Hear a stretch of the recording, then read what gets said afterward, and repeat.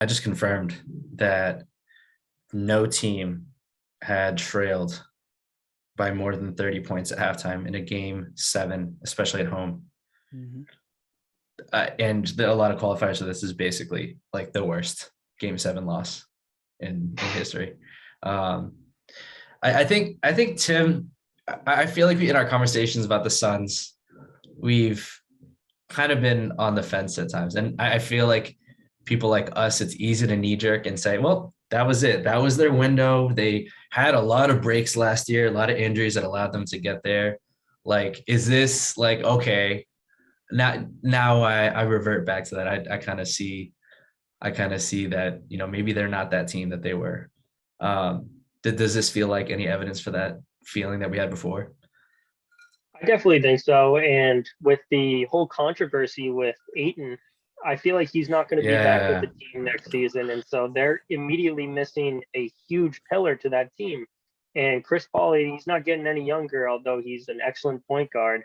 Uh, in the NBA, the windows are only so long. And so it does feel that maybe they are just an excellent regular season team, but next year I don't know if they have 64 wins. They're not going to have their star center, who is pivotal for that defense and for that team in general.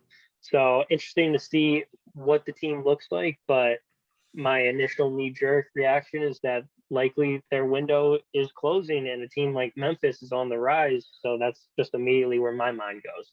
Man, Mm-hmm. listen, I wasn't trying to bait you there. I really wasn't, I promise. But like, I can't help but feeling that way. But when I thought about it, I'm like, dude, are we really going to forget what they just did over the course of the season? Like that they were the best team. They're the best team in the league by a mile. Like it was Golden State Warriors and Suns. And then the Suns like proved that they're in a league of their own. They didn't have Booker for a bit. They didn't have CP3 for a bit. They proved so much. Mikal Bridges, second defensive player of the year. Ayton, we're looking at as a top 10 center, top 5 center to some.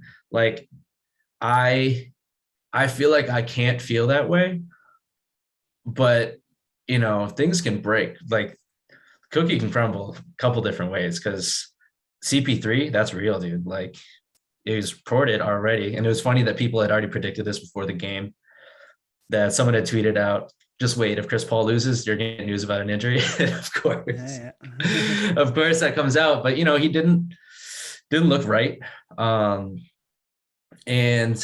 then you think about Ayton, and he's the other part of that cookie. That what if he doesn't come back? So what if CP3's injuries like are compiling?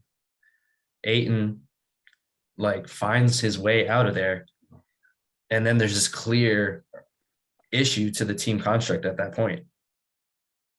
That would topple everything. Absolutely everything. We'll be back to the old Phoenix days. Just yes, putting up points, and that's about it. Doesn't really mean anything yes. in the long run. Those are two very real things. Aside from all the like, if both those guys come back healthy and committed, the Suns are right back where I believe they are. But I think the worry is what we talked about is CP3's health and Ayton's future with this team. Thanks for watching Coast to Coast on YouTube. For full episodes, check out the show wherever you get your podcasts. And for all the best hot takes, subscribe to the Coast to Coast YouTube channel below.